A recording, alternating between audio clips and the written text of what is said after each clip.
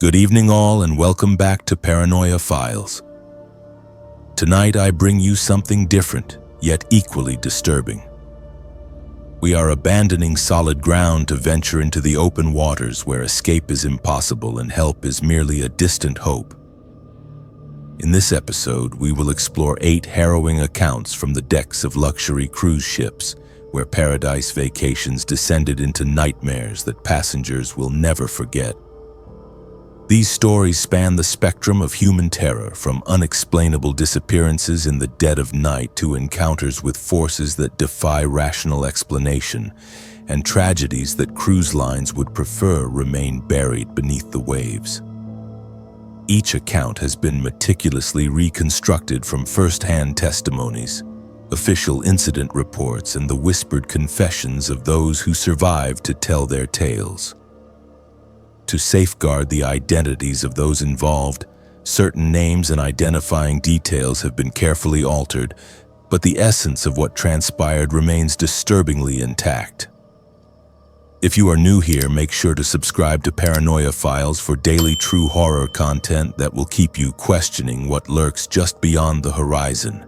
Hit that notification bell so you never miss when the darkness calls, because out at sea there is nowhere to run. I thought booking a couple's cruise for our 25th anniversary would be romantic. 25 years of marriage deserved something special, something memorable. My wife Sarah and I had spent decades raising 3 children, building careers, and saving every penny we could for retirement. We had always talked about traveling once the kids were grown, once we had the time and freedom to actually enjoy ourselves without worrying about school schedules or soccer practice or college tuition. When our youngest finally graduated and moved into her own apartment, we looked at each other across the dinner table one night and decided it was finally our time. We booked a 7-day Caribbean cruise departing from Miami, splurging on a balcony cabin with an ocean view. The brochures promised elegant dining, exotic ports of call, and the kind of relaxation we had not experienced in decades. It was supposed to be perfect. The ship was magnificent, far larger than I had imagined. When we arrived at the port in Miami, I stood on the dock staring up at this floating city, this massive vessel that would be our home for the next week. It towered above us, gleaming white in the Florida sun, with dozens of decks stacked on top of each other like a wedding cake. Sarah squeezed my hand as we walked up the gangway, both of us giddy with excitement like teenagers. Our cabin was on deck 8, and while it was not the most luxurious accommodation on the ship, it felt like a palace to us. The balcony overlooked the endless expanse of ocean, and that first evening as we sailed away from Miami, we stood out there watching the sunset, drinking champagne and toasting to 25 more years together. I remember thinking that this was exactly what we needed, exactly what we deserved after so many years of hard work and sacrifice. The first 2 days were everything we had hoped for. We ate like royalty at the dining room each evening, enjoying 5-course meals that we would never have ordered at restaurants back home. We explored the ship, discovering the library, the art gallery, the casino, and the numerous bars and lounges scattered across the upper decks. During the day, we lounged by the pool, reading books and sipping tropical drinks with little umbrellas in them. We made port in Cozumel on day 2, taking a shore excursion to some Mayan ruins that left us both sunburned but thrilled. Sarah bought a hand-woven blanket from a local vendor, and I picked up a bottle of tequila that the shopkeeper swore was the best in all of Mexico. We returned to the ship that evening, tired but happy, already planning which excursion we would take at the next port. On the 3rd day, somewhere between Cozumel and Grand Cayman, I started feeling off. We had just finished lunch at the buffet on deck 11, and I noticed a tightness in my chest as we walked back to the elevator. I brushed it off at first, figuring I had just eaten too much. The buffet was overwhelming with options, and I had definitely overindulged in the prime rib and shrimp cocktail. But as the afternoon wore on, the tightness persisted. accompanied by a dull ache that radiated down my left arm. Sarah noticed me rubbing my chest and immediately went into nurse mode. She had worked as a medical receptionist for years and had seen enough heart attack patients to recognize the warning signs. She insisted we go to the medical bay despite my protests that it was probably just indigestion. The ship's medical facility was located on Deck 2, tucked away in a part of the ship that most passengers never saw. It was small but well-equipped, staffed by a doctor and 2 nurses who seemed competent enough. The doctor, a middle-aged man with a thick German accent, examined me thoroughly. He took my blood pressure, listened to my heart, ran an EKG, and drew blood for testing. After about 30 minutes, he gave me what I desperately wanted to hear. He said it appeared to be acid reflux, likely brought on by the rich food and the stress of travel. He prescribed some antacids, told me to avoid spicy foods and alcohol for the next few days, and sent us on our way. Sarah was not entirely convinced, but I felt relieved. I did not want our anniversary cruise ruined by a medical emergency. I wanted to enjoy the rest of our vacation. That evening, we skipped the formal dining room and ate light salads in the cabin while watching the sun set from our balcony. I felt fine, maybe a little tired, but nothing that concerned me. We turned in early, both of us exhausted from the day's activities in the tropical heat. I fell asleep almost immediately, with the gentle rocking of the ship lulling me into what I thought would be a peaceful night's rest. I have no memory of what happened next. What I know now comes from what Sarah told me later, from the reports she obtained, and from the lawsuit our children eventually filed against the cruise line. Sarah woke sometime around 3 in the morning to use the bathroom. She said the cabin was unusually cold, which struck her as odd because we had left the air conditioning on a moderate setting. When she returned to bed, she reached over to pull the covers up and realized I was not breathing. She shook me, called my name, turned on the light, and found me unresponsive, my skin cold and gray. She screamed and pressed the emergency call button repeatedly, summoning help. Within minutes, the ship's medical team arrived, but it was too late. I had suffered a massive heart attack in my sleep. The doctor pronounced me dead at 3:27 in the morning. What happened next is where this story turns from tragedy into something far more disturbing, something that haunts my wife and children to this day. The ship's protocol for handling deceased passengers requires that bodies be stored in the onboard morgue until the ship reaches the next port, where arrangements can be made for repatriation. Most cruise ships, particularly large ones, have morgues, designed to hold multiple bodies in refrigerated compartments. This ship was supposed to have a state-of-the-art facility capable of preserving remains for extended periods. That is what the cruise line advertises. That is what they promise grieving families, but that is not what Sarah discovered. The medical staff informed her that the morgue was currently at capacity. There had been several deaths on this particular voyage, more than usual, including an elderly passenger who had died 2 days before we even boarded, and 2 others who had passed away during the first few days at sea. The morgue, which was designed to hold 3 bodies, was full. They told Sarah they would need to make alternative arrangements for storing my body until we reached port the following afternoon. She was in shock, barely processing what they were telling her, when they explained that they would be placing my remains in a secondary refrigeration unit used for overflow situations. She assumed this meant another medical storage area, perhaps a backup morgue or a refrigerated medical supply room. She was too devastated to ask questions, too overwhelmed to demand specifics. They asked her to return to the cabin and assured her that my body would be properly cared for, that I would be treated with dignity and respect. She spent the rest of that night and the following day in a fog of grief, making phone calls to our children, contacting our insurance company. and trying to arrange for my body to be transported home once we reached Grand Cayman. The ship's guest services representative, a woman named Patricia, who seemed genuinely sympathetic, handled most of the logistics and kept Sarah updated throughout the day. We reached Grand Cayman the next afternoon, and my body was transferred to a local funeral home that specialized in repatriation services. Sarah flew home 2 days later, and my remains followed shortly after. Our children met her at the airport, and together they began planning my funeral. We had always talked about what we wanted when we died, and I had made it clear that I wanted an open casket service. I wanted people to see me one last time, to say goodbye properly. Sarah honored that wish, or at least she tried to. When the funeral director called her 3 days before the scheduled service, his voice was strained and apologetic. He asked if she could come to the funeral home alone without our children, because there was something she needed to see before decisions were made about the viewing.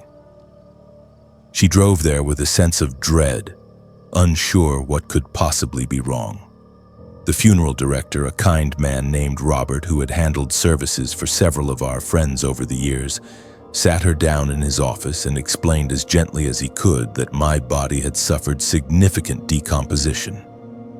He said that the level of deterioration was inconsistent with someone who had died only 6 days prior and whose remains had supposedly been refrigerated the entire time. Sarah did not understand what he was telling her until he showed her photographs. I will spare you the details, but what she saw was nightmarish. My body had decomposed as if it had been left in a warm environment for days, not properly refrigerated.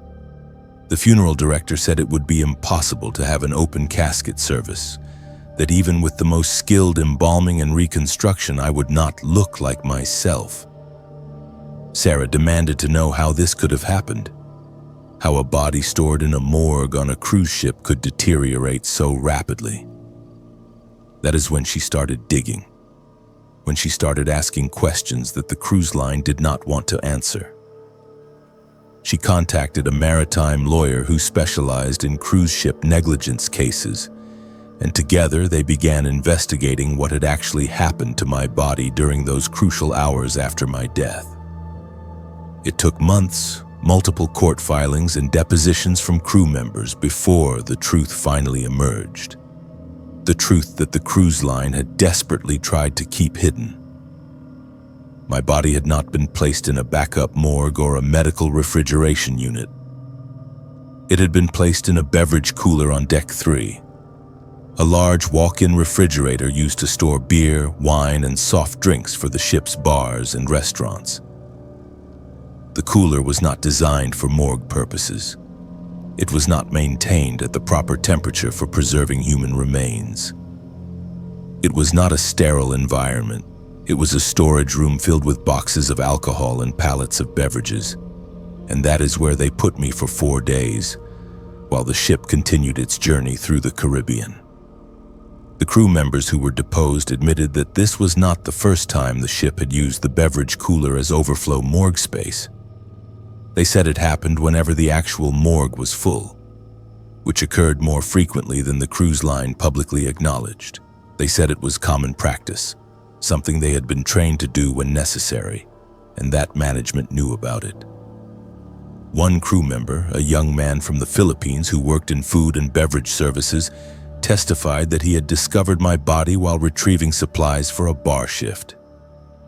He said he opened the cooler door expecting to grab cases of beer and instead found a body bag lying on the floor between pallets of Corona and Heineken. He said it traumatized him, that he had nightmares about it for months afterward. Sarah's lawyer obtained internal emails from the cruise line's corporate office discussing the inadequate morgue capacity on several of their ships. The emails revealed that executives knew the morgues were too small given the average passenger age and the statistical likelihood of deaths during voyages, but they had decided not to upgrade the facilities because it would require removing revenue-generating cabin space. They had determined that it was more cost-effective to use makeshift solutions like beverage coolers than to invest in proper morgue expansions. They had calculated that most families would never know the difference, and that the occasional lawsuit from families who discovered the truth would be cheaper than retrofitting their entire fleet. The case eventually settled out of court for an undisclosed sum. Sarah and our children signed a non-disclosure agreement as part of the settlement, which prevents them from publicly identifying the cruise line or discussing specific details of the case. But I am telling this story now because people deserve to know. People deserve to understand that when cruise lines advertise state-of-the-art medical facilities and dignified handling of deceased passengers, they are not always telling the truth. They deserve to know that the morgue on their luxury cruise ship might only hold 3 bodies, and that if you happen to be the 4th person who dies during a voyage, your final resting place before you reach port might be next to a pallet of imported beer in a beverage cooler. Sarah never went on another cruise. She cannot even look at the ocean anymore without thinking about those 4 days, about me lying in that cooler, about the lies the cruise line told her while she grieved. Our children have become advocates for better regulations in the cruise industry, pushing for legislation that would require larger morgue facilities and mandatory disclosure of body storage practices. They have testified before congressional committees, spoken at industry conferences, and shared our story with journalists who cover maritime safety issues. I had imagined our 25th anniversary would be memorable. I had imagined Sarah and I toasting to our future, exploring exotic islands and creating memories we would treasure for years to come. I never imagined that the memory she would carry forever would be of my decomposed body, stored improperly in a beverage cooler while the ship's bars continued serving drinks to passengers who had no idea what was happening just a few decks below them. I never imagined that my final voyage would end not with dignity, but with my remains treated as nothing more than an inconvenient logistical problem for a corporation more concerned with profit margins than with honoring the dead. If you are planning a cruise, ask about their morgue capacity. Ask what happens if the morgue is full. Ask where your body would be stored if something happened to you at sea. They will not want to answer these questions. They will tell you not to worry, that it is unlikely that their facilities are excellent. But push them for specifics. Demand transparency. Because what happened to me can happen to anyone, and the cruise lines will continue using these practices as long as passengers remain ignorant of the truth. Sarah learned that lesson the hardest way possible, and she lives with the images of what they did to me every single day. She deserves better. I deserved better. And so do you. I have always been a skeptic when it comes to the paranormal.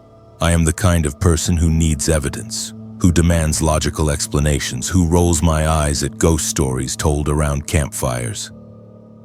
I studied engineering in college, spent 15 years working in software development, and built my entire worldview on rational thinking and scientific method. Ghosts, spirits, haunted houses, all of that seemed like nonsense to me, the product of overactive imaginations and wishful thinking. I never believed in any of it until I spent 3 nights in cabin 414 on a Mediterranean cruise, and now I cannot explain what happened to me with logic or reason. Now I am the person telling the ghost story, knowing that half the people listening will think I am crazy or lying. I do not care anymore. I know what I experienced, and it changed everything I thought I understood about the world. The cruise was a last-minute booking, a business trip disguised as a vacation. My company was sending me to a conference in Barcelona, and I decided to extend the trip by taking a week-long Mediterranean cruise that departed from Barcelona and visited ports in France, Italy, and Greece. I was traveling alone, which suited me fine. I had just gone through a difficult divorce, and the idea of solitude on the open sea felt therapeutic. I booked the cheapest interior cabin available, figuring I would barely spend any time there anyway. The cabin assignments were done automatically by the cruise line's booking system, and I was placed in cabin 414 on deck 4, a lower deck in the middle of the ship. When I first entered the cabin, nothing seemed unusual. It was small, as expected for an interior cabin with no windows or natural light. There was a narrow bed, a tiny bathroom, a closet, and a desk with a mirror. The decor was dated with worn carpet and faded wallpaper that suggested this part of the ship had not been renovated in years. I tossed my luggage on the bed and headed out to explore the ship, eager to find the dining room and get settled in for the week ahead. That first evening was pleasant enough. I ate dinner alone at a table near the window, watched the coastline of Spain disappear as we sailed into the Mediterranean, and returned to my cabin around 11 o'clock. The temperature change hit me the moment I opened the door. The hallway was warm, almost stuffy, but inside cabin 414 it felt like I had walked into a refrigerator. My breath actually misted in front of me, which seemed impossible given that the ship's climate control should have kept all cabins at a comfortable temperature. I checked the thermostat on the wall and found it set to 72 degrees, yet the room felt at least 20 degrees colder. I adjusted the thermostat higher, assuming there was a malfunction, and climbed into bed wearing a sweatshirt because the blankets alone were not enough to keep me warm. I woke several times that first night, always with the distinct sensation that someone was watching me. You know that feeling, that prickly awareness on the back of your neck when you sense eyes on you even though you are supposedly alone. Each time I woke, I would scan the dark cabin, seeing nothing but shadows and the faint glow of the alarm clock on the nightstand. I told myself it was just anxiety from the divorce, stress from work, the strangeness of sleeping in an unfamiliar place. But the feeling persisted, growing stronger each time I opened my eyes. By morning, I was exhausted and unsettled, though I could not pinpoint exactly why. The second day, I mentioned the temperature issue to guest services, and they sent an engineer to check the cabin while I was at lunch. When I returned that afternoon, there was a note saying they had inspected the climate control system and found nothing wrong.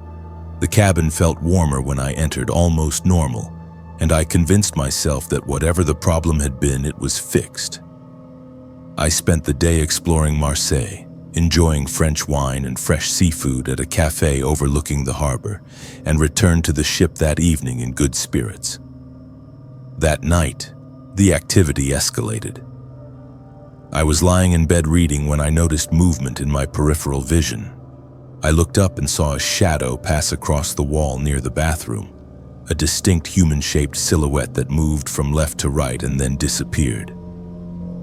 The cabin was dark except for the small reading light above my bed, and there was nothing that could have cast such a shadow.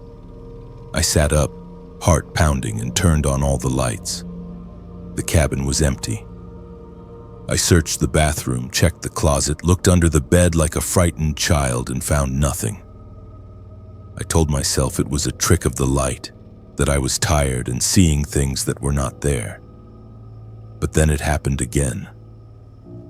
I turned off the lights and got back into bed, determined to sleep, and within minutes I saw another shadow move across the ceiling. This one was slower, more deliberate, as if it were pacing back and forth above me. I watched it for several seconds, frozen in fear, before fumbling for the light switch.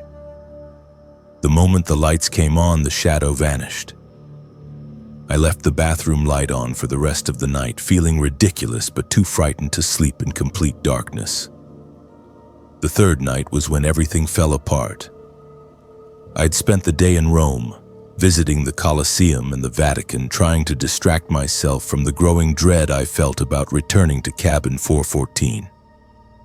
I considered asking for a different cabin, but I felt embarrassed explaining why. What would I say? That I was seeing shadows? That the room felt haunted?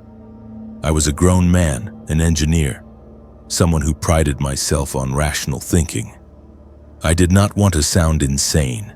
I returned to the cabin around 10 o'clock, exhausted from walking all day through Rome's ancient streets. The temperature was freezing again, even colder than the first night. I could see my breath forming, clouds in the air, and when I touched the walls, they felt ice cold to the touch, as if I were inside a walk-in freezer. I immediately called guest services, demanding someone come check the cabin right away. The engineer who arrived 20 minutes later looked at me like I was crazy. He had a thermometer with him and showed me that the cabin was 74 degrees, perfectly normal. I insisted it was freezing, that something was wrong, but he just shook his head and left, probably thinking I was a difficult passenger trying to get upgraded to a better cabin. Alone again, I sat on the edge of the bed and tried to calm down. The cold was undeniable, regardless of what the thermometer said. I could feel it in my bones, a penetrating chill that no amount of blankets could ward off. And then I saw it, not just a shadow this time, but a figure. It materialized slowly in the corner of the cabin near the closet, a translucent form that seemed to absorb what little light there was. It was human-shaped, but wrong somehow, too tall and too thin, with limbs that seemed to bend at unnatural angles. It had no distinct facial features, just a dark oval where a face should be, but I could feel it looking at me with an intensity that made my skin crawl. I could not move. I sat there on the bed staring at this thing, every rational thought in my head screaming that it could not be real, that I must be hallucinating or dreaming. But I was wide awake, and this was happening. The figure began to move toward me, gliding across the floor without walking, its movements fluid and wrong. As it got closer, the temperature dropped even further, and I could hear a sound like whispered voices, dozens of them overlapping, speaking in a language I did not recognize. I finally broke from my paralysis and ran. I threw open the cabin door and stumbled into the hallway, gasping for air, my heart hammering in my chest. Several other passengers were in the corridor, coming back from late-night shows or the casino, and they stared at me with concern. I must have looked deranged, pale and shaking and struggling to breathe. A crew member approached and asked if I was okay, and I managed to tell him that something was wrong with my cabin, that I needed a different room immediately. They moved me to a different cabin that night, a process that required waking up a manager and filling out paperwork, but I did not care. I refused to go back into cabin 414 even to retrieve my belongings. I made them send someone else to pack my things and bring them to my new cabin on deck 7. The new cabin was fine, normal, with no cold spots or shadows or feelings of being watched. I slept through the remainder of the night without incident. The next morning, I went to guest services, determined to get answers. I asked to speak with someone about the history of cabin 414, whether there had been complaints from previous guests, whether anything had happened in that cabin that I should know about. The woman at the desk was evasive at first, insisting that all cabins were regularly maintained and that there was no history of problems. But I pressed her, told her I had every right to know what I had experienced, and eventually she excused herself and returned with a supervisor. The supervisor, a stern-faced woman named Helen who had worked for the cruise line for over 20 years, took me to a private office and closed the door. She asked me to describe exactly what I had experienced, and I told her everything: the cold, the shadows, the figure I had seen. She listened without interrupting, her expression growing more troubled as I spoke. When I finished, she was quiet for a long moment before she finally acknowledged what I already suspected. Cabin 414 had a history. 8 years earlier, a solo male passenger named Noah had died in that cabin under circumstances that were never fully explained. He had been found dead in the bed by housekeeping staff who entered to clean the room after he failed to disembark at a port. The official cause of death was listed as cardiac arrest, but there were aspects of the case that disturbed the crew who were involved. Noah's body had been cold, far colder than it should have been given the time of death estimates. The cabin had been freezing when they found him, despite the climate control functioning normally, and several crew members reported feeling uneasy in the cabin afterward, though their complaints were dismissed as superstition. The cruise line had continued booking the cabin, and over the years there had been scattered reports from guests about unusual experiences. Cold temperatures that could not be explained. Shadows moving in the darkness. A feeling of being watched.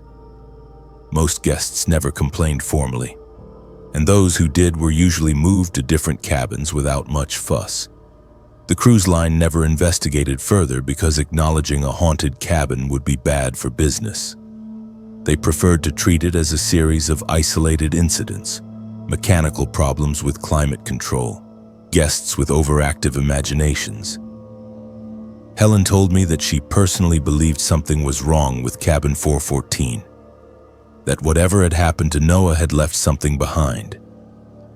She said she had recommended multiple times that the cabin be taken out of service, but management refused because it would mean lost revenue. Every cabin on the ship represented income, and they were not willing to lose money based on ghost stories and superstition. She apologized for what I had experienced and offered me a partial refund for my cruise, along with a firm request that I not discuss this matter publicly or on social media. I spent the rest of the cruise in my new cabin without further incident.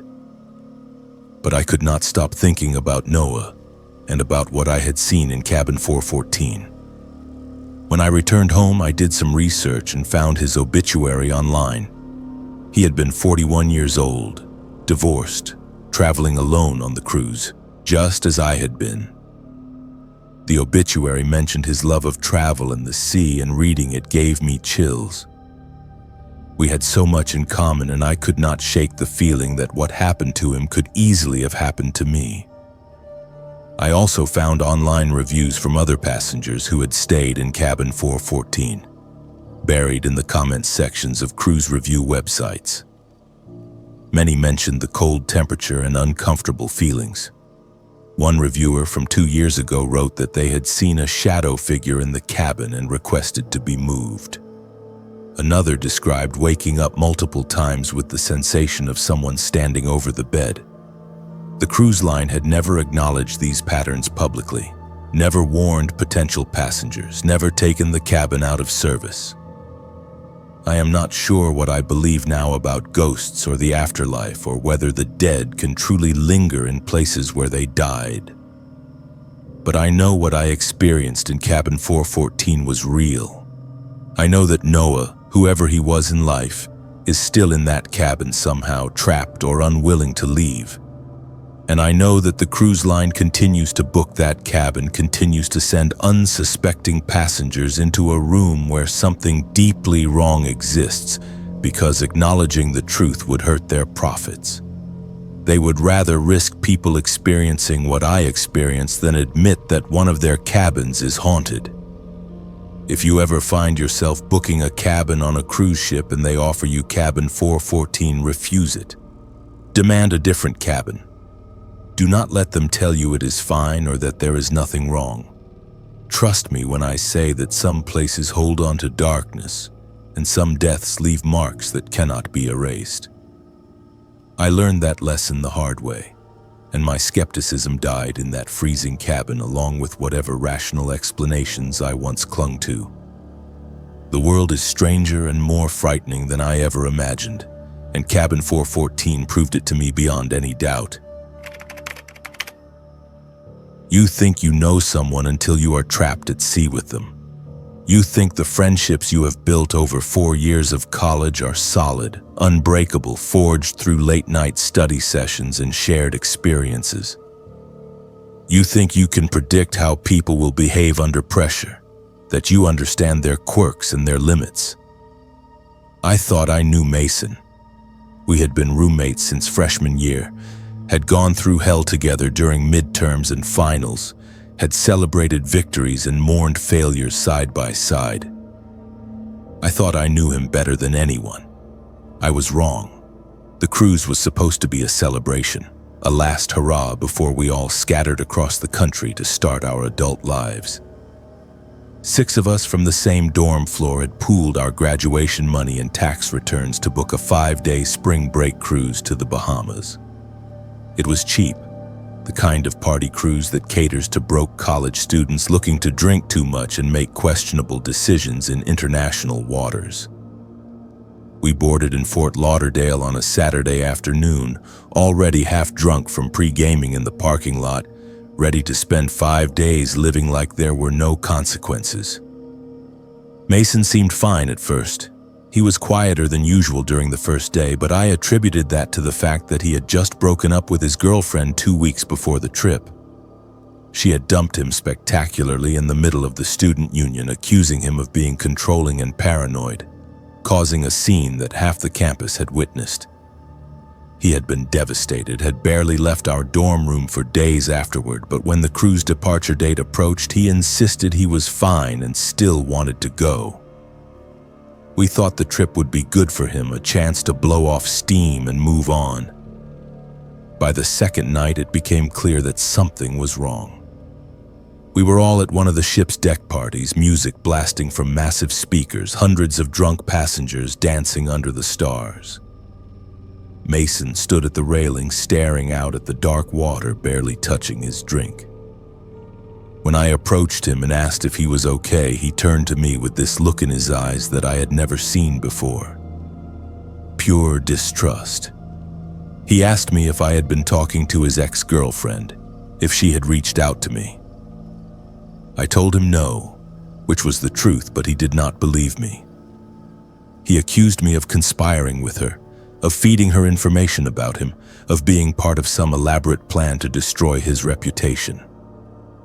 I tried to laugh it off, tried to convince him that he was being ridiculous, but he was deadly serious. He said he knew that everyone on the trip was against him, that we had all been talking behind his back, planning something. I told him he was drunk and paranoid and needed to relax, which only made things worse. He grabbed my shirt and got in my face, demanding that I admit what we were planning. Our other friends intervened, pulling him away, trying to calm him down. Eventually, he stormed off, disappearing into the crowds of partying passengers. We found him an hour later in our shared cabin, sitting on his bed in the dark, scrolling through his phone obsessively. He was reading old text messages between himself and his ex-girlfriend, searching for hidden meanings in conversations that had happened months earlier. When we tried to talk to him, he became hostile, accusing each of us in turn of betraying him. He said he could see it in our eyes, that we were all liars, that he could not trust any of us. The paranoia was overwhelming and seemed to come out of nowhere. Mason had always been intense, had always taken things more seriously than necessary, but this was different. This was irrational and frightening. The third day was worse.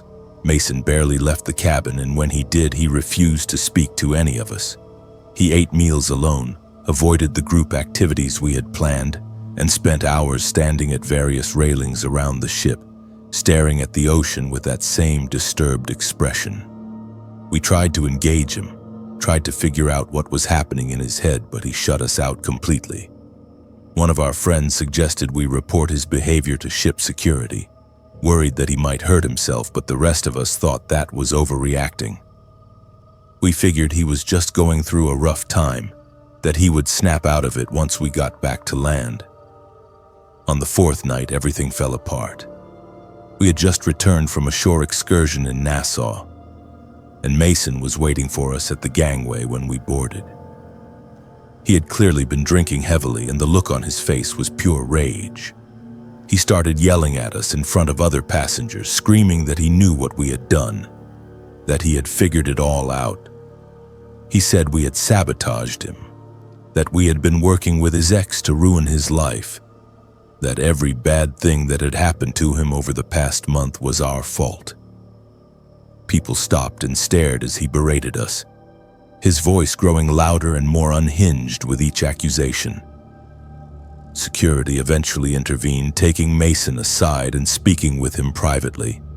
We explained to the officers that he was going through a breakup and had been acting strangely, that we were concerned about him. They kept him for about an hour before releasing him back to the cabin with a warning about disturbing other passengers.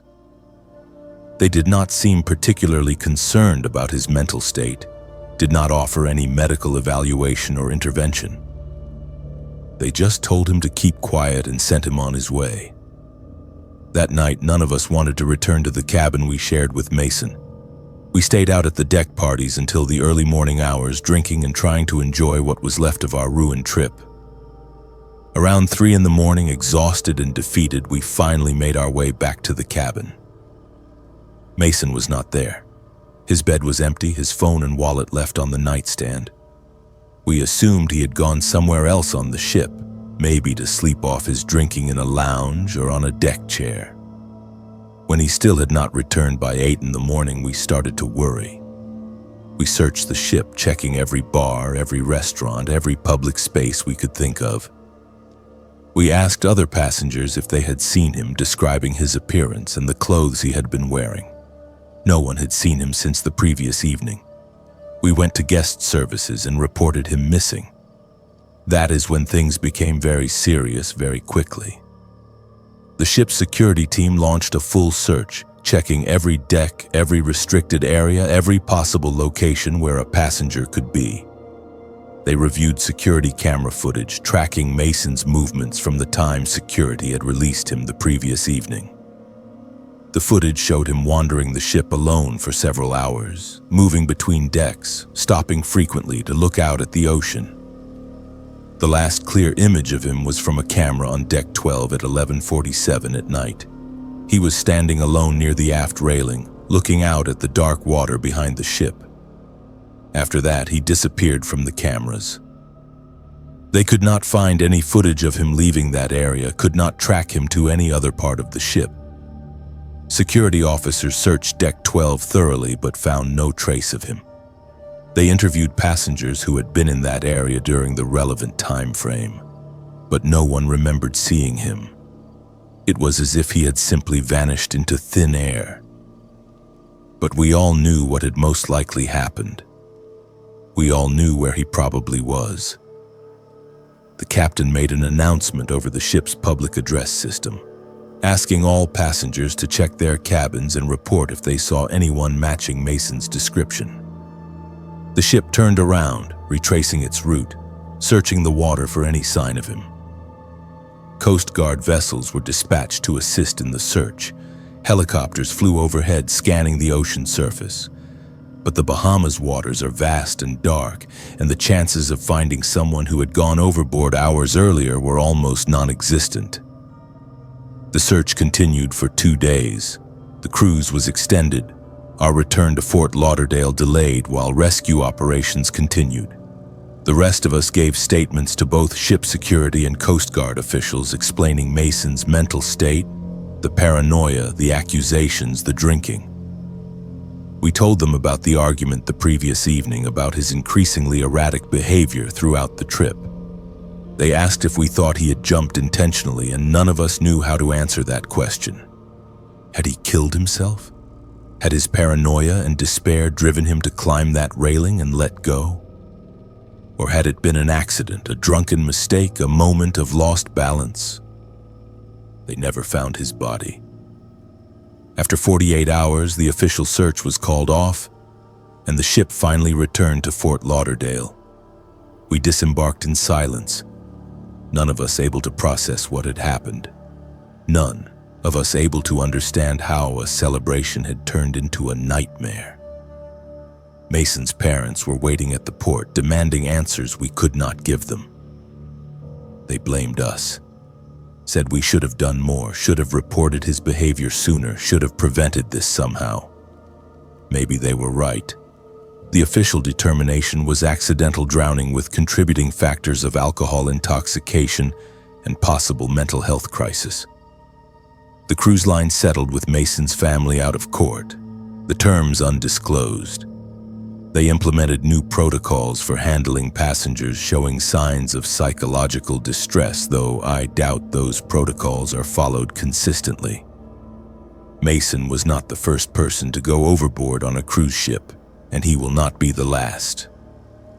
It happens more often than people realize, more often than cruise lines want to admit.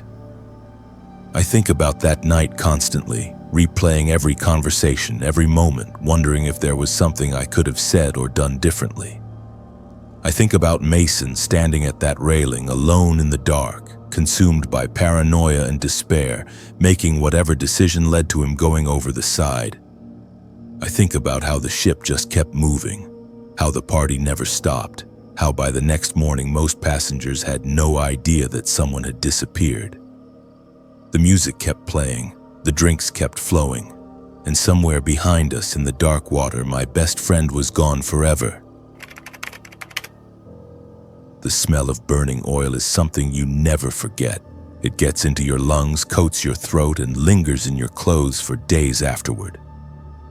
Even now, years later, I can sometimes catch a phantom whiff of it, and I am immediately transported back to those 3 days in hell, floating dead in the water somewhere in the Gulf of Mexico. Those 3 days changed how I see cruise ships, how I see the ocean, and how much trust I place in corporations that promise luxury and safety while cutting corners everywhere they can. I was traveling with my elderly parents, Lucas and Ruth, who were both in their mid-70s. They had always wanted to take a cruise, and after my father retired from 30 years of teaching, they finally had the time and a little bit of money saved up. I went along partly to help them navigate the ship and partly because I thought it might be fun. We boarded a massive vessel in Galveston, Texas, one of those floating cities that holds over 3,000 passengers and a crew of more than 1,000. The ship was impressive from the outside, with multiple pools, theaters, restaurants, and enough entertainment options to keep anyone occupied for weeks. The first 2 days were pleasant enough. My parents were thrilled with everything: the endless buffets, the nightly shows, the fact that someone else was making their bed and cooking their meals. My father spent hours sitting on our balcony reading paperback novels while my mother took dance lessons and attended art auctions. I explored the ship, worked out in the gym, and enjoyed the peace of being disconnected from work emails and daily responsibilities. We were having exactly the kind of relaxing vacation that the brochures had promised. On the third morning, everything changed. I was in the cabin getting ready for breakfast when I heard a sound that did not belong. A deep, resonating boom that seemed to come from somewhere far below us. The entire ship shuddered, and the lights flickered for several seconds before stabilizing. My mother looked at me with concern, but I tried to reassure her that it was probably nothing. Maybe just the ship hitting a large wave or some routine mechanical operation. We continued getting ready and headed to the buffet for breakfast. The ship's public address system crackled to life about 20 minutes later. The captain's voice, attempting to sound calm and reassuring, informed us that the ship had experienced a minor technical difficulty with one of the engines, and that repairs were underway. He emphasized that there was no danger to passengers or crew, that the ship had multiple redundant systems, and that we should continue enjoying our vacation as normal. Most passengers seemed to accept this explanation and went back to their meals and activities. But I noticed that the ship was listing slightly to one side, enough to make walking feel just a bit off balance. Over the next few hours, things deteriorated rapidly. The air conditioning stopped working.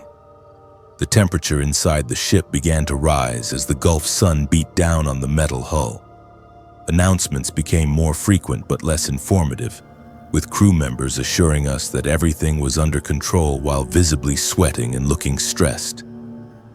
By early afternoon, passengers were congregating on the open decks, seeking relief from the oppressive heat building in the interior corridors and cabins.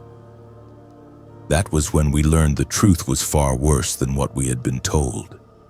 The engine fire had not been minor, and it had not been contained quickly. One of the main engines had caught fire due to what would later be determined as inadequate maintenance and failed safety systems. The fire had damaged critical electrical systems, knocking out power to most of the ship. We were adrift, powerless, floating in the Gulf of Mexico with no propulsion, no air conditioning, and rapidly failing auxiliary systems. The backup generators were providing minimal power for emergency lighting and some basic systems, but nowhere near enough to keep a ship this size functioning normally.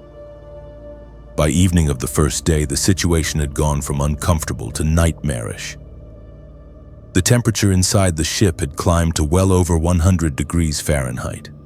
The interior corridors were like ovens with metal walls that burned to the touch. Most passengers abandoned their cabins entirely, bringing blankets and pillows up to the open decks where there was at least some breeze and fresh air. My parents and I claimed a spot near one of the pools, spreading out our belongings and resigning ourselves to sleeping under the stars. The toilet stopped working sometime during the first night. With no power to run the plumbing systems, the sewage could not be pumped out of the ship. Within hours, the bathrooms became unusable, overflowing with waste that began to flood into the hallways.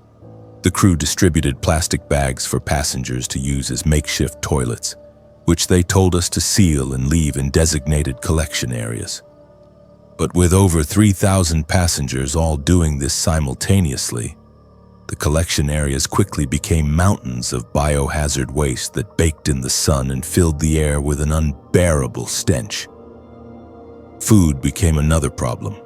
The refrigeration systems were down, meaning that all the fresh food on board was spoiling rapidly. The crew tried to serve what they could, setting up stations on the open decks where they distributed lukewarm sandwiches and warm bottled water.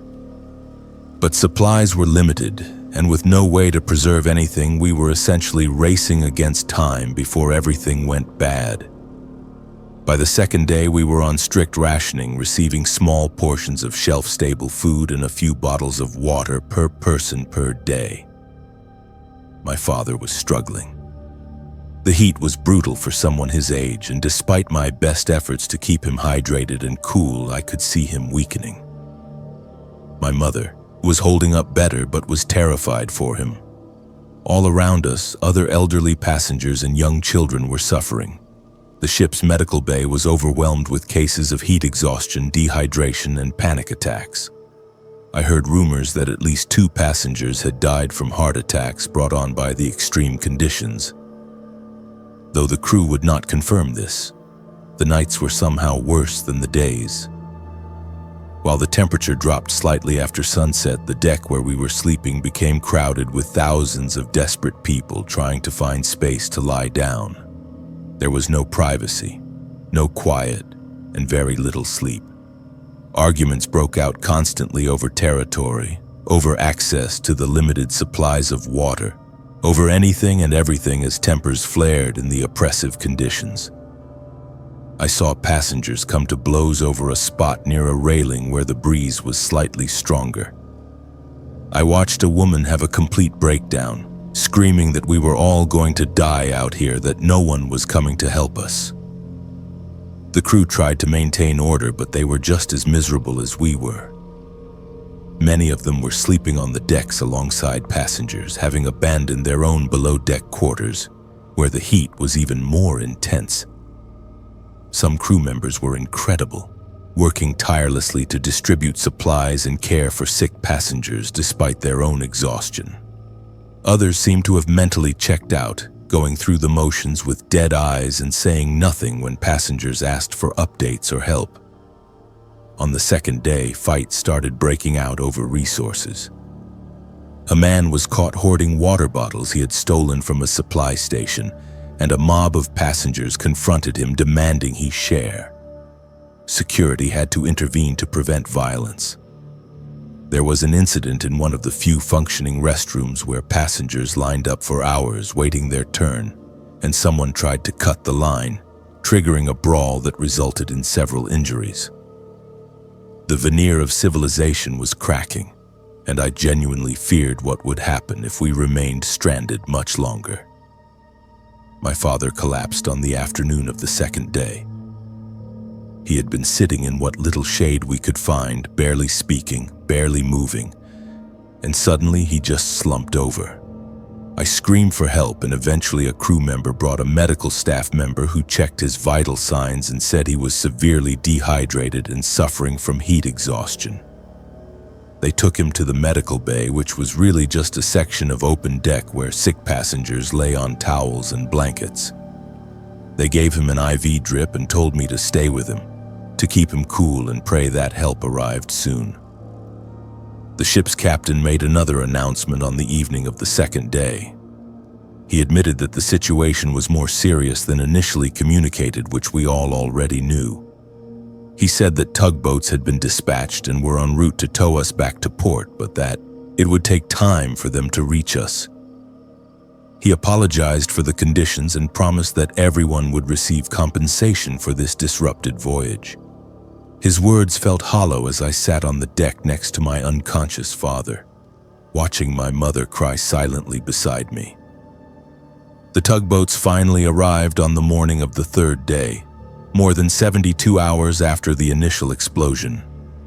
It took several more hours to attach the towing cables and begin the slow journey back to Galveston.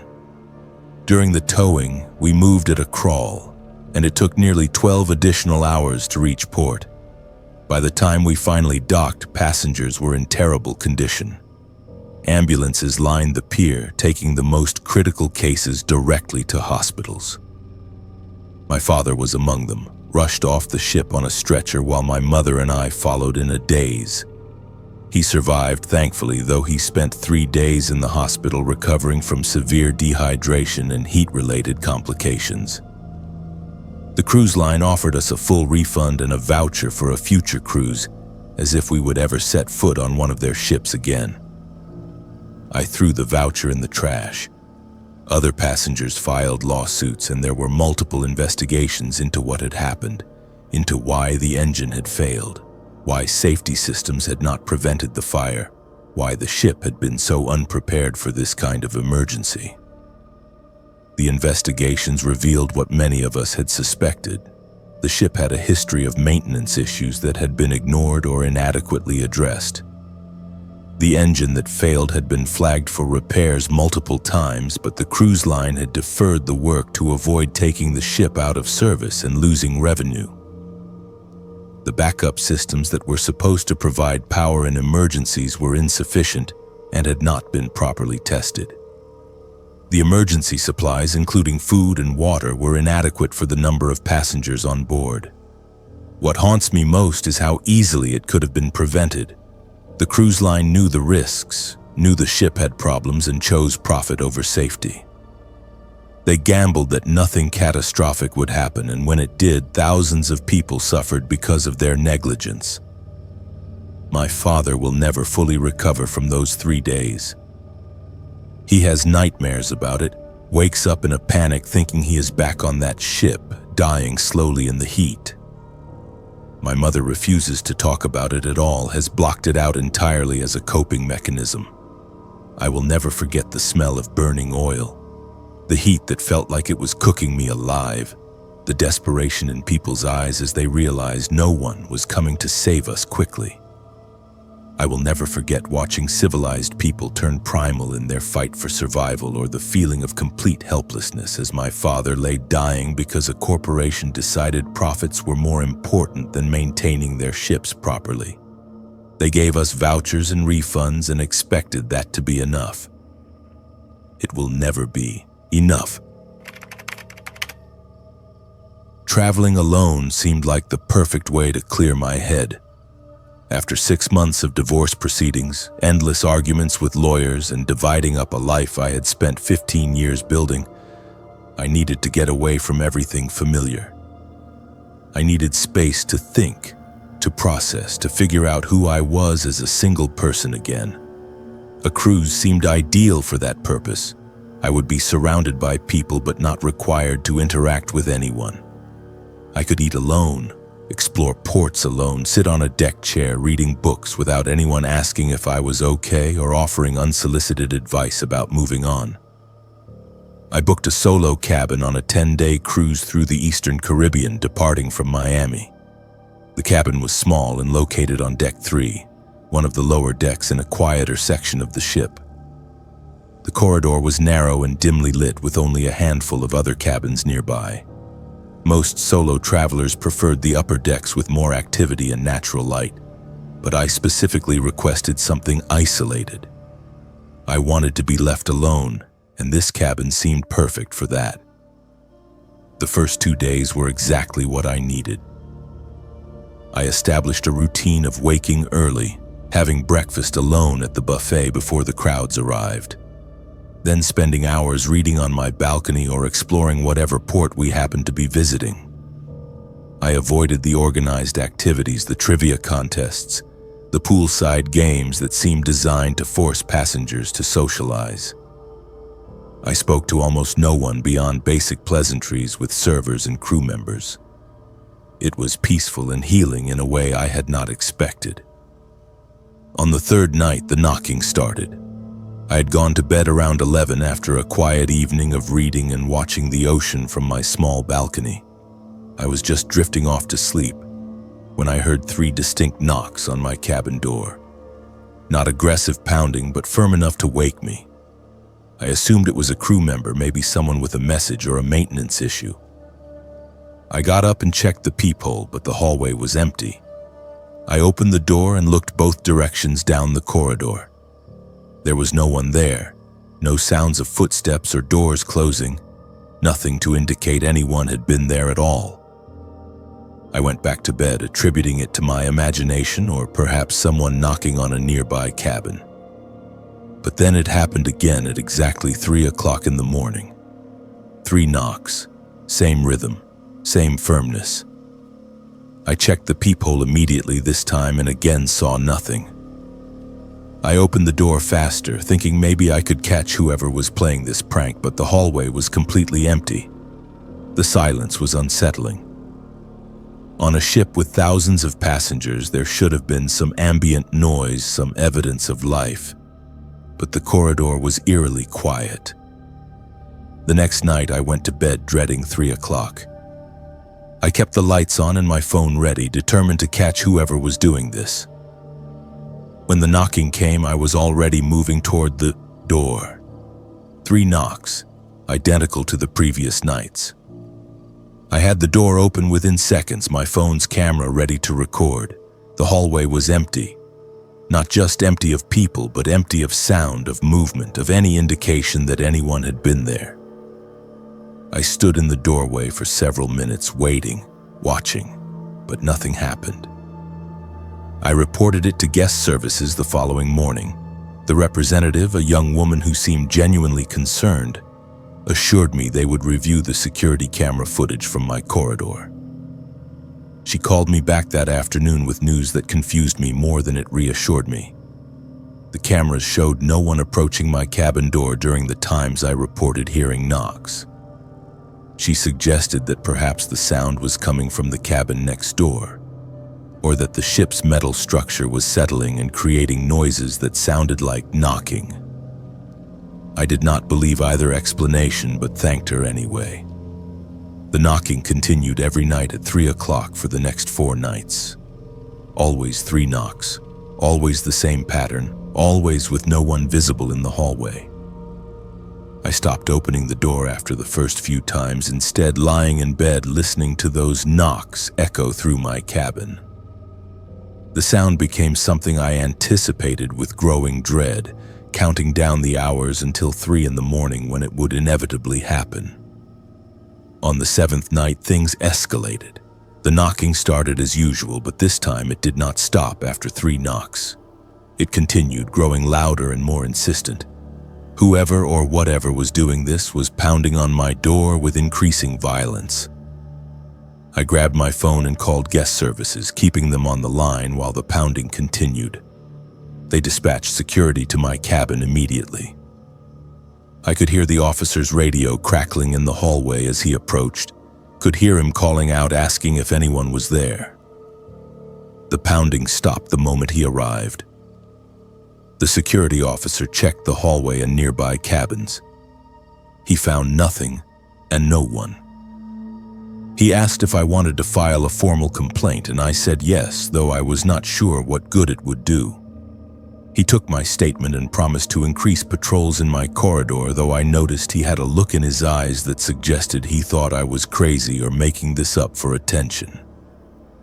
That night, I barely slept. I lay awake waiting for 3 o'clock, wondering if the security presence would prevent whatever was happening. When 3 o'clock came, there was no knocking. I felt relief wash over me, thinking maybe it had finally stopped. But then I heard something worse. The doorknob began to rattle, slowly at first, then more violently, as if someone was trying to force the door open. I had locked it and engaged the deadbolt, but the rattling continued for nearly 5 minutes before stopping abruptly. In the morning, I went to guest services and demanded to know the history of my cabin. I said I had a right to know if something had happened there, if there was a reason I was experiencing these things. The manager, a man named Jack who had worked for the cruise line for decades, initially resisted. But when I threatened to create a scene and involve other passengers, he reluctantly agreed to speak with me privately. He took me to his office and closed the door. What he told me made my blood run cold. 3 years earlier, a solo male passenger named Jack had died in my cabin under mysterious circumstances. He had been traveling alone, keeping to himself much like I was. Housekeeping had found him dead in the bed when he failed to respond to their knocks. The official cause of death was determined to be a heart attack. But there were aspects of the case that troubled the crew. Jack had been found at approximately 3 in the afternoon, but based on the condition of his body, he had likely died sometime in the early morning hours. Possibly around 3 o'clock. His personal belongings had been scattered around the cabin as if there had been a struggle, though there was no evidence of foul play. The most disturbing detail was that multiple crew members reported hearing knocking coming from the cabin in the days after his body was removed. Always at 3 in the morning. Always 3 knocks followed by silence. The cruise line had continued booking the cabin despite these reports because, as the manager explained, they could not afford to lose revenue based on what they considered superstition. Crew members were instructed not to discuss the incident with passengers, and the few guests who reported unusual experiences were moved to different cabins without explanation. The cruise line's position was that there was no such thing as haunted cabins and that any strange occurrences could be explained by mechanical issues or overactive imaginations. I asked to be moved immediately, and the manager complied without argument. He upgraded me to a larger cabin on deck 7, far from the isolated corridor where I had spent the previous week. He also offered a partial refund and asked me to sign a statement agreeing not to discuss what had happened on social media or in online reviews. I signed it because I just wanted to be done with the whole experience. Though I am breaking that agreement now because people deserve to know. The new cabin was fine, completely normal, with no knocking or rattling doorknobs or feelings of dread. I spent the remaining 3 days of the cruise trying to enjoy myself, but the experience in that lower deck cabin had shaken me deeply. I kept thinking about Jack, dying alone in that cabin, possibly experiencing the same phenomena I had experienced in the days or hours before his death. Had he heard the knocking too? Had something driven him to the point of cardiac arrest, or had whatever presence was in that cabin caused his death more directly? I researched paranormal experiences on cruise ships when I returned home and found that my experience was not unique. There are numerous reports from passengers and crew members about specific cabins that seem to be haunted, about unexplained knocks and voices and apparitions.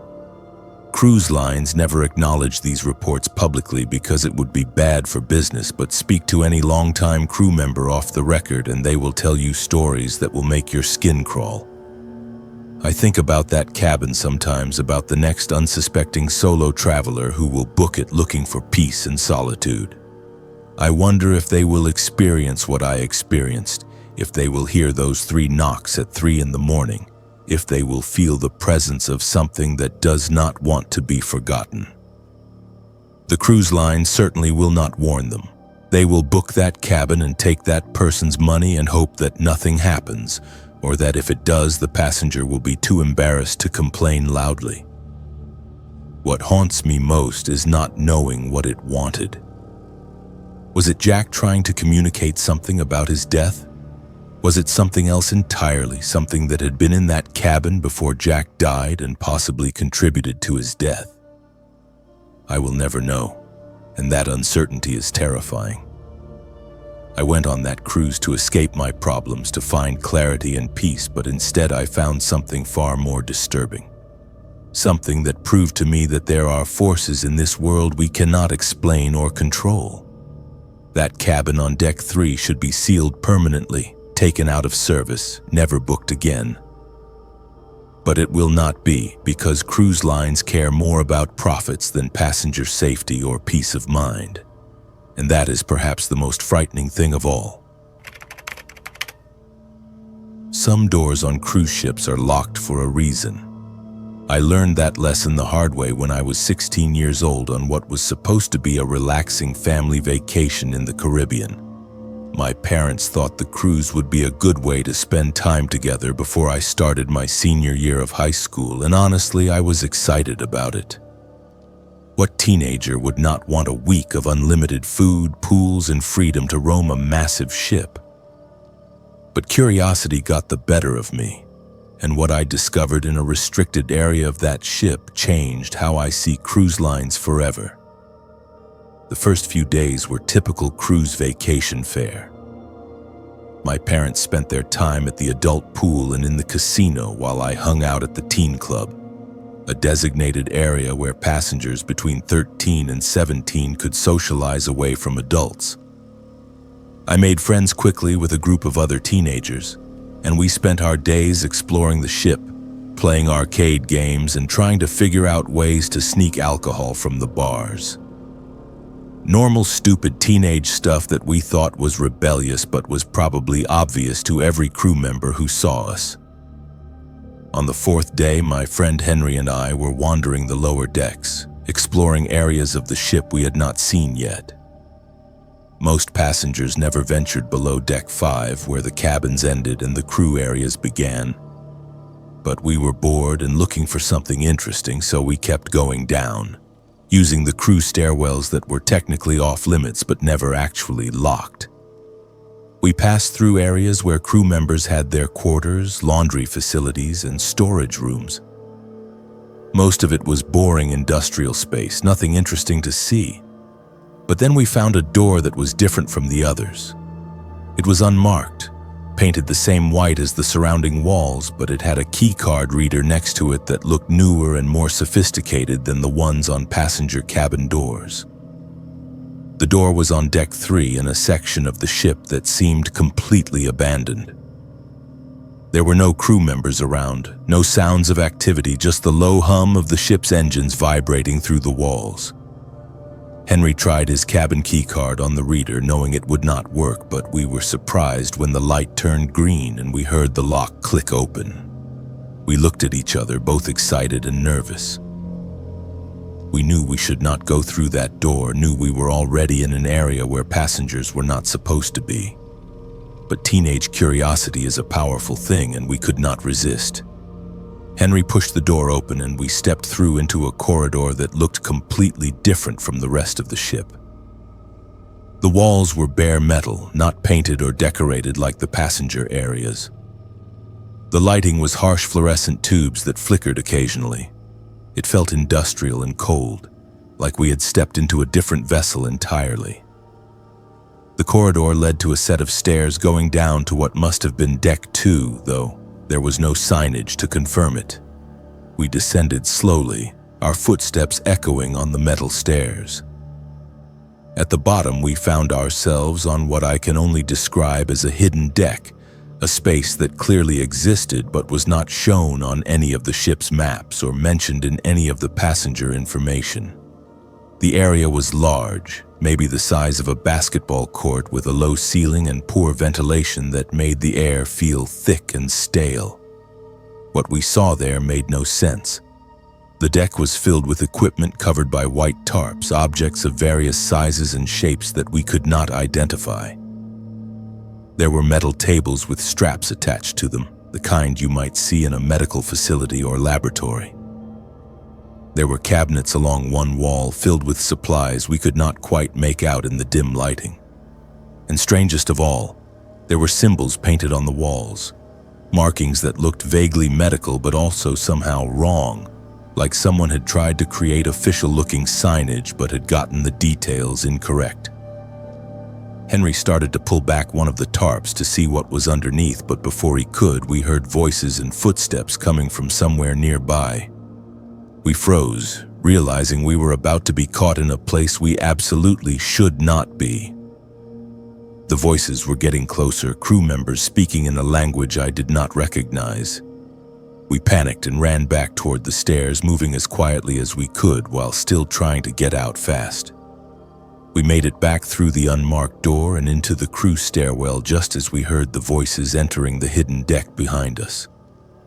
We climbed the stairs quickly, not stopping until we reached Deck 5, where passengers were allowed. We were both breathing hard, our hearts racing from the close call. We did not talk about what we had seen right away, both of us trying to process it. Later that evening, we met up with our other friends and told them what we had discovered. Most of them did not believe us, thought we were making it up or exaggerating. But a couple of them wanted to see for themselves. The next night, 4 of us went back down to Deck 3. We were more cautious this time, checking to make sure no crew members were around before approaching the unmarked door. Henry's key card still worked, which surprised us.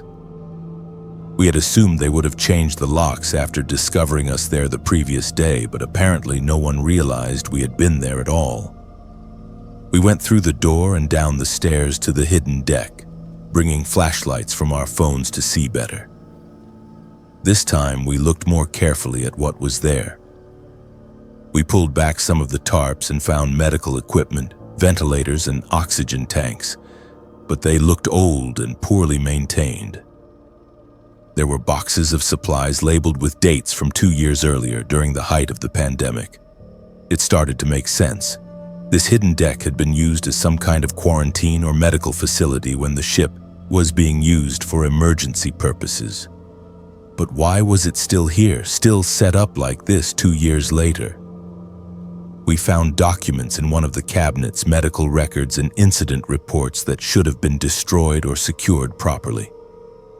We could not read most of it because it was technical medical language, but we saw enough to understand that people had died on this deck. Multiple people. The reports mentioned complications from illness, failures of treatment, delayed evacuations. It painted a picture of a medical crisis that had been handled poorly, with patients left in inadequate conditions while the cruise line tried to avoid bad publicity. That was when we heard the door at the top of the stairs open. We had been too absorbed in what we were reading to hear anyone approaching. This time there was no escape route. A crew member, a security officer in a white uniform, appeared at the bottom of the stairs. His face was furious as he demanded to know what we were doing there and how we had accessed this area. We tried to explain, tried to say we had just been exploring and did not know it was off limits. But he was not interested in our excuses.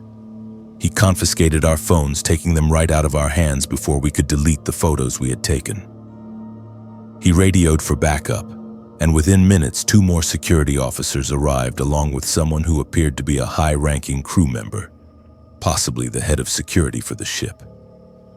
This man was calm but stern, explaining that we had accessed a restricted area and violated the ship's code of conduct. He said our parents would be notified and that there would be consequences. They escorted us back to the passenger areas and separated us, taking each of us to a different security office. I was alone in a small room for over an hour before my parents arrived, looking confused and angry. The security officer explained to them that I had been caught in a restricted area, had accessed confidential information, and had taken photographs of secure facilities. My parents were mortified and apologized profusely, assuring them that I would be punished and that this was completely out of character for me. The head of security entered the room then, and what happened next was surreal. He sat down and explained very carefully that the area we had accessed was a decommissioned medical facility from the pandemic era. He said the ship had been used as a temporary quarantine vessel by the cruise line and several governments, and that the facility had been meant to be removed after the crisis ended but had not yet been dismantled due to budgetary constraints. He emphasized that the equipment and documents we had seen were part of a closed chapter, that all patients had been properly cared for, and that any deaths had been thoroughly investigated and reported to appropriate authorities. Then he produced a document, a non-disclosure agreement that both my parents and I had to sign. The agreement stated that we would not discuss what I had seen on that hidden deck, would not post about it on social media, would not contact media outlets or authorities. In exchange, the cruise line would not pursue charges against me for trespassing or theft of confidential information, would not remove our family from the ship, and would provide a full refund for our cruise along with a voucher for a future voyage. My parents, embarrassed and wanting to avoid further trouble, signed it. I was 16, so they signed on my behalf. The cruise line kept our phones for the remainder of the voyage, returning them only after we disembarked in Miami. When I got my phone back, all the photos and videos from that hidden deck were gone, deleted remotely somehow. The other teenagers who had been with me that night had the same experience. We were all made to sign agreements, all had our evidence erased, all were told to never speak of what we had seen. But I am speaking of it now because that non-disclosure agreement was signed by my parents on my behalf when I was a minor, and I would argue it is not legally binding now that I am an adult. And more importantly, people deserve to know that cruise ships have hidden areas, have secrets they do not want passengers to discover. That hidden deck should have been dismantled years ago, but cruise lines care more about saving money than about proper decommissioning of sensitive areas. The documents we found suggested that people had suffered and died in conditions that were inadequate, that the cruise line had been more concerned with protecting its reputation than with providing proper care. I never used that voucher for another cruise. I have never set foot on a cruise ship since that vacation. Every time I see advertisements for cruises promising luxury and safety and unforgettable experiences, I think about that hidden deck on Deck 2, about the covered equipment and the medical records that told stories of suffering the cruise line wanted to forget. I think about the lengths they went to in order to silence a group of teenagers who had accidentally stumbled onto their secrets. And I wonder what other doors on cruise ships are locked for reasons passengers will never know. I am an engineer. I deal in facts, not superstition. I spent 4 years earning my degree in mechanical engineering, another decade working in aerospace design, building systems that needed to function with absolute precision and reliability. My entire professional life has been about understanding how things work, about applying logic and mathematics to solve problems. I do not believe in the supernatural, do not entertain ideas about ghosts or curses or paranormal phenomena. At least I did not believe in those things until I took an Atlantic crossing that passed through the Bermuda Triangle and experienced something that defied every rational explanation I have ever relied upon. The cruise was a transatlantic voyage from Barcelona to Miami. A 2-week journey that would take us across the Mediterranean, through the Strait of Gibraltar, and then west across the Atlantic Ocean. I had booked it during a period of burnout from work, needing time away from projects and deadlines to reset mentally. A transatlantic cruise seemed perfect, long stretches at sea with nothing to do but read, think, and enjoy the isolation that comes from being in the middle of the ocean with no cell service or internet connectivity. The first week was exactly what I needed, We visited ports in Spain and Portugal before departing from the Azores for the long Atlantic crossing. Once we were truly at sea with no land visible in any direction, I felt a sense of peace I had not experienced in years. I spent my days on deck reading technical journals, working through mathematics problems in notebooks just to keep my mind sharp, and enjoying conversations with other passengers who appreciated intellectual discourse. The ship was stable, the weather cooperative, and everything functioned exactly as it should. On day 9, we entered the general area known as the Bermuda Triangle, that loosely defined region between Miami, Bermuda, and Puerto Rico, where ships and aircraft have allegedly disappeared under mysterious circumstances. I knew the statistics, knew that the number of disappearances in that area was not statistically significant compared to other heavily traveled regions. The Bermuda Triangle was a myth, a product of sensationalism and confirmation bias. I expected to pass through it without incident, maybe make a joke about it at dinner that evening. But then everything started going wrong simultaneously. I was in my cabin around 2 o'clock in the afternoon when the lights flickered briefly. Not unusual on a ship, could be attributed to power fluctuations or routine electrical maintenance. But then my laptop shut off unexpectedly despite having a full battery. My phone, which I had been using to listen to downloaded music since we had no signal, also died instantly even though it had been at 70% charge moments before. I tried to restart both devices, but neither would power on. I went out on my balcony to see if other passengers were experiencing issues, and that is when I noticed something deeply wrong. The ship's navigation lights, normally steady and reliable, were flickering erratically. Other passengers were standing on their balconies looking confused, some holding phones or tablets that had apparently stopped working. The ship's public address system crackled to life, and the captain's voice came through, but the audio was distorted and broken, making it impossible to understand what he was saying. I went up to one of the upper decks where other passengers were gathering, all of us comparing notes about what was happening. Every electronic device seemed to be malfunctioning. Watches had stopped or were showing incorrect times. One man's mechanical watch, which did not rely on any electronics, was spinning wildly, the second hand moving far too fast. Another passenger had a compass she used for hiking, and when she checked it, the needle was spinning aimlessly, unable to find magnetic north. The ship's crew appeared genuinely confused and concerned. They were moving quickly between stations, checking equipment, speaking urgently into radios that seemed to be working intermittently. I heard one crew member say they had lost GPS signal, which should have been impossible given the multiple redundant systems cruise ships employ. Another mentioned that the radio contact with shore stations was not working, that they were receiving only static on all frequencies. But the most disturbing thing was what I noticed about the sun. It was mid-afternoon and the sun should have been descending toward the western horizon, but it was not moving.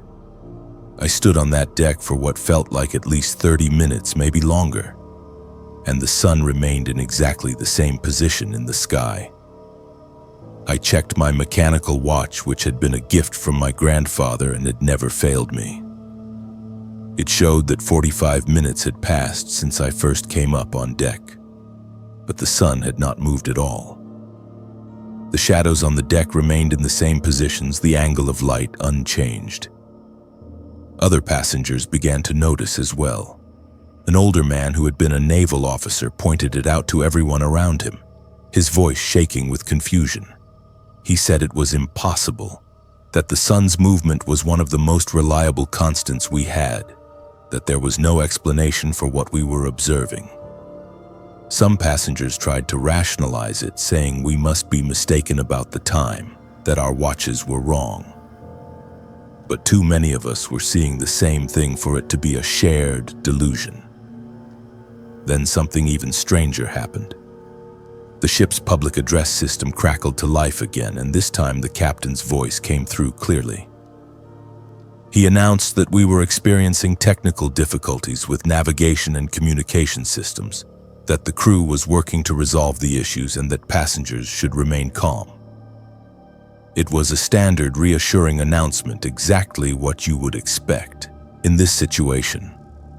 But then, 5 minutes later, the exact same announcement played again, word for word, with the same inflections and pauses, and then again 5 minutes after that, like a recording stuck on repeat.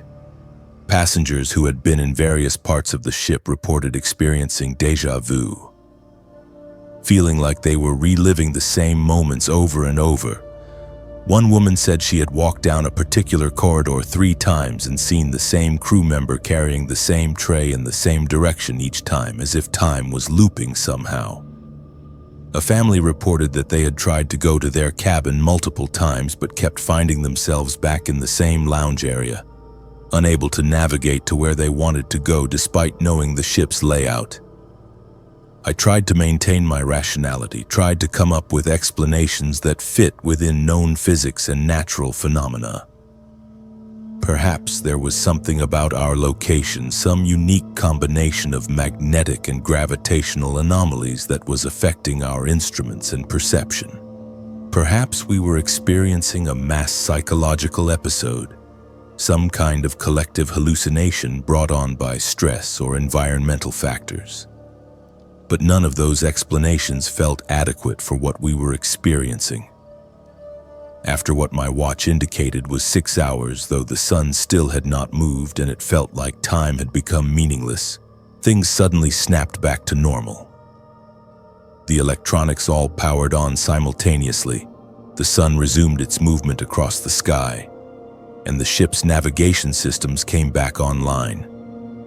The captain made another announcement, this time clearly improvised and not a recording, saying that we had experienced an unexplained technical malfunction affecting multiple systems, but that everything was now functioning normally. I went to the navigation deck later that evening and managed to speak with one of the officers. I asked him directly what had happened, engineer to engineer, without any passengers around to overhear. He looked uncomfortable but eventually admitted that they had no explanation. He said the GPS had shown the ship in multiple locations simultaneously, some of them hundreds of miles apart. The ship's chronometers, which are specifically designed to maintain accurate time in any conditions, had all stopped or had shown conflicting times. The officer said that when systems came back online, they discovered that according to their instruments, 4 hours were simply missing. The ship's clocks showed one time, but shore-based systems showed a different time, with a 4-hour discrepancy that made no sense. He also told me, after making me promise not to repeat it to other passengers, that this was not the first time ships had reported similar experiences in this region. He said that cruise lines and shipping companies had documented cases of time anomalies, navigation failures, and unexplained phenomena in the Bermuda Triangle area, but that these reports were kept confidential to avoid panic and bad publicity. He said the official position was always to blame equipment malfunction or human error, but that privately, many experienced mariners acknowledged that something unusual happened in that region, something that current scientific understanding could not explain. The rest of the voyage proceeded normally, and we arrived in Miami on schedule, though I noticed the ship's official logs made no mention of the incident beyond a brief note about temporary technical difficulties. Passengers were not offered any explanation beyond the vague announcements we had received. Most people seemed willing to accept that it had been a strange glitch, an unusual but ultimately harmless malfunction. But I cannot accept that explanation. As an engineer, I understand systems redundancy. I understand how unlikely it would be for multiple independent systems to fail simultaneously in the exact same way. I understand that time, as measured by mechanical and atomic clocks, cannot simply stop or loop. What we experienced violated fundamental laws of physics as I understand them, and that is terrifying to someone whose entire worldview is built on those laws being absolute and reliable. My watch has never worked properly since that day. It runs fast sometimes, slow other times, occasionally stops completely for no reason before starting again. I have had it serviced by multiple watchmakers, and they all say there is nothing mechanically wrong with it. One watchmaker, an old man who had spent his life repairing timepieces, told me that sometimes watches get confused by experiences they should not be able to remember, and that mine might have been traumatized by whatever happened in that stretch of ocean. I do not take cruises anymore, and I certainly avoid any routes that pass through the Bermuda Triangle. I am still an engineer, still believe in the fundamental laws of physics, but I now acknowledge that there may be phenomena we do not yet understand. Regions of space where the rules seem to bend or break in ways we cannot explain. The Bermuda Triangle may not be the supernatural death trap that sensationalist documentaries portray, but something happens there, something real and measurable and deeply disturbing to anyone who experiences it. And cruise lines know about it but will never admit it because doing so would cost them millions in lost bookings and damaged reputation. They are not telling us everything. I know it, my girlfriend knows it, and if the other passengers would stop panicking for a moment and actually pay attention, they would know it too. What started as a standard tropical cruise has turned into something out of a nightmare, and the cruise line is lying to us about how bad things really are. I need to write this down while I still can, while the internet connection in the business center is still working, because I have a terrible feeling that we might not all make it off this ship alive. My girlfriend Sarah and I boarded this cruise 5 days ago in San Juan, excited for a week of island hopping through the Eastern Caribbean. We had saved for months to afford this trip, celebrating our 3-year anniversary with something more memorable than dinner and a movie. The ship was beautiful, one of those massive vessels with multiple pools, theaters, and enough restaurants to eat somewhere different every night. We were in a standard interior cabin on deck 6, nothing fancy, but we did not plan to spend much time there anyway. The first 2 days were perfect. We went snorkeling in St. Thomas, explored the beaches in St. Martin, and spent evenings watching shows and dancing at the deck parties. Sarah was happier than I had seen her in months, and I was already planning to propose to her on the last night of the cruise, the ring hidden in my luggage waiting for the right moment. Everything was going exactly as I had dreamed. On the morning of day 3, somewhere between St. Martin and our next port of call, people started getting sick. It began with a handful of passengers at breakfast looking pale and rushing from the dining room. By lunch, entire sections of the buffet were closed and crew members were sanitizing surfaces with an intensity that seemed excessive even for cruise ship hygiene protocols. The ship's doctor made an announcement over the public address system that afternoon, explaining that a small number of passengers had contracted a stomach virus, likely norovirus, and that enhanced cleaning procedures were being implemented. Norovirus outbreaks on cruise ships are not uncommon. I had read about them before booking our trip, knew that they spread quickly in the confined environment of a ship, but usually resolved within a few days with proper quarantine and sanitation. The announcement asked sick passengers to remain in their cabins and contact the medical center for treatment. Everyone else was encouraged to wash hands frequently and avoid buffet-style dining. It sounded routine, controlled, nothing to panic about. But by that evening, it became clear this was not routine. Sarah and I were walking the promenade deck around 7 o'clock when we noticed crew members hurrying through the corridors with medical supplies. Far more activity than a typical norovirus outbreak would warrant. We saw passengers being escorted back to their cabins by security, some of them doubled over and barely able to walk. The ship's medical center, normally a quiet facility tucked away on deck 2, had a line of people waiting outside that stretched down the corridor. The captain made another announcement at 8 o'clock, his voice notably more tense than earlier. He said that due to the increasing number of illness cases, all passengers were required to return to their cabins and remain there until further notice. Meals would be delivered to rooms. This was a full quarantine lockdown. Sarah and I returned to our cabin as instructed, assuming this was a precautionary measure that would last maybe a day at most. That was when things started falling apart. The meals stopped coming after the first delivery that night. We waited for breakfast the next morning, but nothing arrived. When I called guest services, the line rang endlessly with no answer. I tried the medical center, same result. The only response we got was an automated recording saying all crew members were currently assisting with a shipboard situation and to please be patient. Sarah started feeling sick around noon on day 4.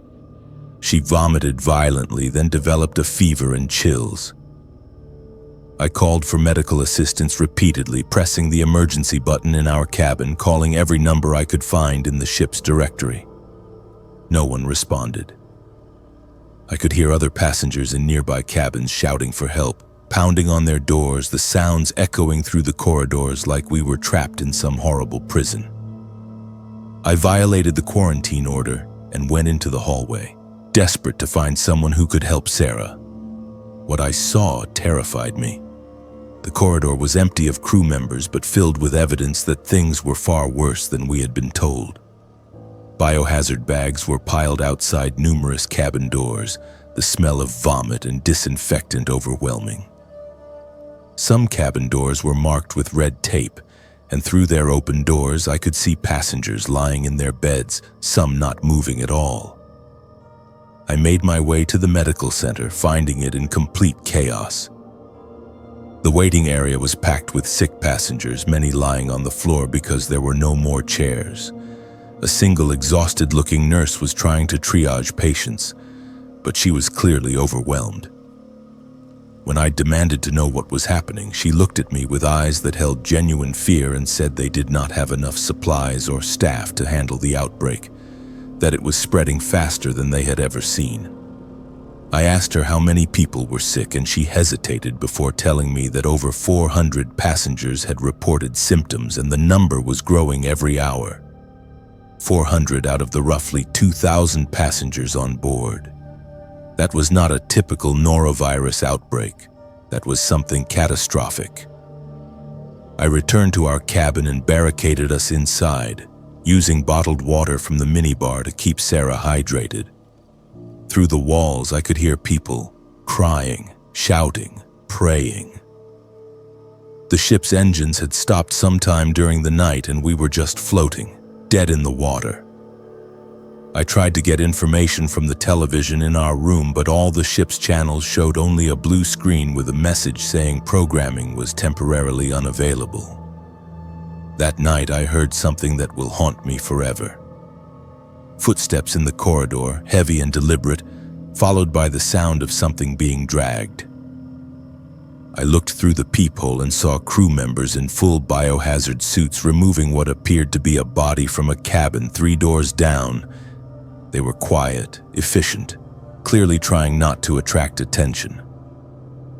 I watched them take the body to the service elevator, and then they were gone. I tried using my phone to reach the outside world, but we had no cell service this far from land. The ship's internet had gone down the previous day. We were completely isolated, floating somewhere in the Caribbean with a disease outbreak that was killing people, and no one on shore seemed to know or care.